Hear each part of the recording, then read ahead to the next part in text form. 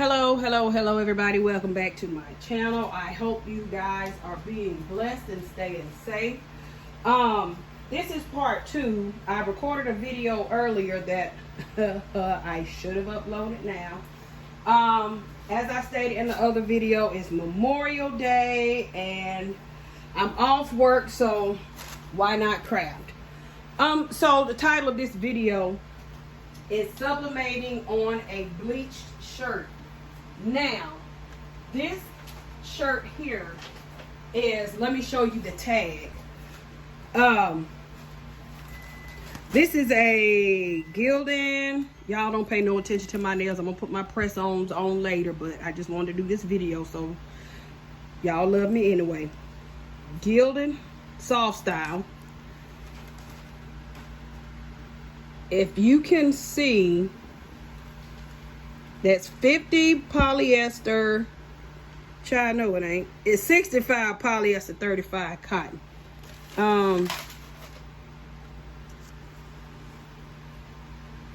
65 polyester, 35 cotton. Now you all know whenever you're sublimating, you need a high polyester count in order to sublimate. You cannot sublimate on cotton. As I stated earlier, here's the shirt that I posted in the other video. This is 100% cotton t-shirt. That is not sublimation. That is a transfer. Now, if you want to sublimate on a 100% cotton t-shirt, you can either apply some type of spray that they have now. I can't remember the name of the spray, but I'm just scared to try stuff like that. But there's a spray that you can buy to treat the cotton that would allow you to sublimate directly on the shirt. You can also sublimate over, y'all, I can't talk today. You can also sublimate over white glitter vinyl. I've seen people sublimate on top of white flock. I saw a couple of people try it on holographic vinyl, and then there's something called Easy Subli. So they have different methods that would allow you to sublimate on a 100% cotton shirt. So I just wanted to throw that out there. So to get your colors to pop, the higher the polyester count, the better your colors will turn out. So here is my shirt, and it didn't bleach all the way white, but it bleached. So again, this is how I did it. There's a video that I watched, and I'm gonna try to upload her video in the link.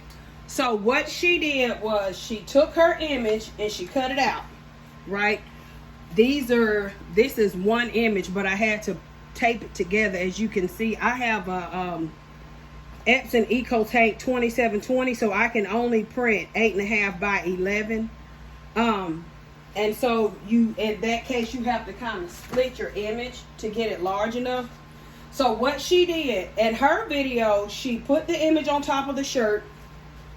She took a paintbrush and dipped it in flour. And what she did with the flour, she just kind of went around the edge of the shirt to kind of create, what do you want to call it? A template. And then whenever she lifted it up, the flour was on the outside of how big she wanted the design. And so she just took her paintbrush, dipped it in Clorox, and did it that way. Let me show you the Clorox that I use, because Dollar Tree Clorox works fine. I used Senate Splashless No Splash formula. Okay, so the only thing I don't like about this, it's perfect for cleaning, but when it comes to a t-shirt, the thing about that, and you'll see by how big these splotches are, I didn't do the flicking method that I did with the blue shirt. I just got a dropper that came from another craft kit. Y'all, my hand's so ashy. That means I washed them. So I got this, filled it up with Clorox, and then I kind of, let it drop fall down on the shirt. Of course, the farther you are, the smaller the drops will be. The thing that I don't like about the gel Clorox, it kind of spreads because it's so thick, and it spreads over time. So you see how big those droplets are. So I'm kind of not feeling them. And you can really see it on the back of the shirt. I really don't like that because they're just too big. Some people may like it, I don't. But then again, here we are. So if you're going to use the gel, and I use the gel for this blue shirt too, but I prefer the flicking method better than the dropper method. But in my case, I did not have any flour at my house. So again, what I did, I took this transfer, placed it on the shirt, got this little bitty Lord, I'm talking about toothpaste, paintbrush from my son's art kit. Y'all don't judge me. Crafters got to be frugal too. It was left over. So I dipped it in the the Clorox. I had a cup of Clorox, and I just held it down and just went around the edges and painted my template with the paintbrush, and then I removed it and painted on the inside. Now let me tell y'all what happened to me. When I got a little trigger happy when I was flicking Clorox everywhere, if you can see, you see that right there? Even though this is Sublimation ink, I assume that because this has not been pressed on an object, it'll still bleach. It's really big right here. So that's just a tip. Whenever you're flicking, most people, you know, do these outside. I live in an apartment, and I also live upstairs. So, yeah, I don't have the liberty to go outside. I probably could have hung it up outside on my back patio. But just take that in mind. Whenever you're flicking and flinging, kind of make sure your image, your transfer is out of the way, because just like I said, now if it had been like a regular transfer, it probably would not have bleached. But because this has not been pressed on something, this is what happened. Let me tell y'all another thing. This is the shirt that I originally bought for this image, and I bought it with every intention on bleaching it. Now, here we go. Gildan Performance, 100% polyester. Y'all, I bleached this shirt, flicked and flung, and look, this shirt is just as yellow as it was. I was irritated. So before you bleach a shirt, y'all do your research. Apparently, heather colors have the tendency to bleach better. I don't know if it's because of however it's made up, and I also know it's because of the polyester and cotton in it. I don't know. There are charts somewhere that'll tell you what it looks like. I've been scouring Facebook trying to find a chart to see what shirts actually bleach and what shirts don't, because all shirts are not created equally, apparently. So that's a little tidbit of information. Not all 100% polyester shirts will bleach. I guess the cotton has to be there. I don't know. I'm still new to this, and I probably should have been doing this while I was running my mouth.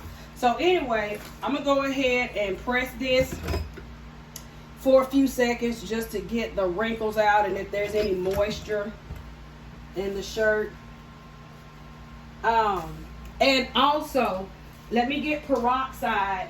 I've seen in some videos where people complain about the white part. Let me do this first, honey. Y'all, I'm getting ahead of myself. I'll talk while I press, because it's got to press for a whole minute. I'm just going to put that on there. Again, I'm really not going to too much worry about centering it. Because number one, this is a practice shirt. So I'm not really gonna focus on it being, you know, I don't know why this tape want to be disrespectful while I'm recording a live. Y'all know how your kids want to act up in front of company.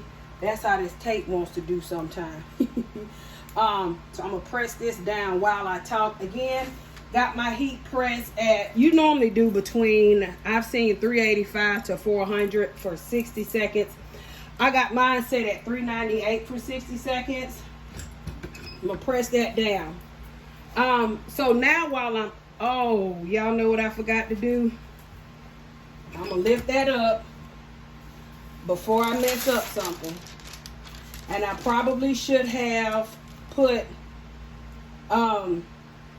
parchment paper on the inside too. So now I'm gonna press this down, and I'm gonna tell y'all I'm glad I caught that.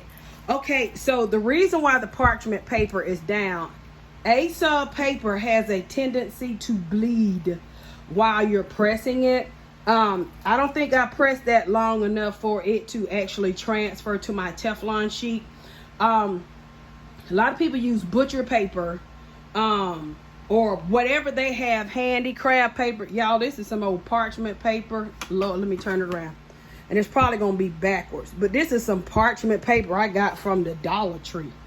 And it works fine. I didn't renew my Sam's Club membership yet. I may or may not. So anyway, back to that. The parchment paper or butcher paper, or they call it blowout paper, whatever it is, you put that on top just to protect your machine, because what'll end up happening is if this image sublimates on top of this Teflon sheet, everything you press, especially if you're doing something all white, it's going to sublimate on that image. So this is just a protective barrier to keep your Teflon sheet from being sublimated. All right, moment of truth. And see, you can barely see. You can see where the image transferred to this. So had I not put this down, this would have been on my Teflon sheet. All right, so this is how it came out. Looks good to me. All right, so this is what I was going to talk about. You see where it's kind of yellow right here? You can kind of see it. I can. So now it's yellow instead of white. The lady that I follow, she said to take peroxide and spray it. So that's what I'm going to do, because it's visible that it has changed from white-ish to yellow. I hope this, yeah, because I got one of these that's got Clorox in them too. I don't know what the peroxide does, but she said she just sprays peroxide on there. And I don't know how much I'm supposed to spray, but that's going to be it. And then she said she just sets her press. Now, I'm not pressing it down, if you notice. It's just hovering over. And I guess to help it dry, that's supposed to help with the yellow discoloration. And I was kind of concerned if that was going to happen. Again, this is a practice shirt, but since I'm practicing, I might as well go ahead and get the whole process to a T in the event that I do want to try selling these shirts. Again, I was afraid to try the bleaching method as far as bleaching and selling, because there are so many things that can go into a bad process. You know, if you bleach it for too long, don't bleach it long enough. Again, just like I stated earlier, there's a lady that I follow on Facebook, and she had done several shirts, and after she bleached them, whatever, and she pressed them and she was getting ready to package them, the shirts were just falling apart like nothing. And she was just distraught because this was an order that had to get out. And I can see where it actually is turning back lighter. So here's another tip, y'all. If this happens and your shirt actually turns yellow, and of course y'all couldn't see it because my lighting, maybe you did, but the peroxide, spray the shirt with peroxide and then just hover your press over it. I don't know what type of chemical reaction it does, but hey, you know, I'm just excited that somebody else found this out instead of me. So here we go. So now it's taking back its color. So let me show y'all where the Clorox droplets got on the actual transfer. You remember on her hand. So there's that one right there, and there were a few on her neck. So yeah, just like I said, but because this is a bleached shirt, it kind of almost looks like this was part of the design. Now the thing about it, when you're sublimating on 65 polyester to 35 cotton, the colors are not going to pop as bright as they would on a 100% polyester shirt, but I still think this looks good. You can see the image. Here's the back. Nothing bled through, and I should have you can kind of see a little bit where it's sublimated on the inside of the shirt, so I probably should have put something on the inside of it as well. But here we go. Sublimating on a bleached shirt, 65% polyester, 35% cotton. So I hope this helped you guys out a little bit. Again, let me go ahead and hop off because this video is like 1,000 minutes long. Yeah, I'm almost at 17 minutes. So anyway, thank you guys for tuning in to my channel. If you found this video helpful, give me a great big thumbs up. Leave a comment if you just want to say hey.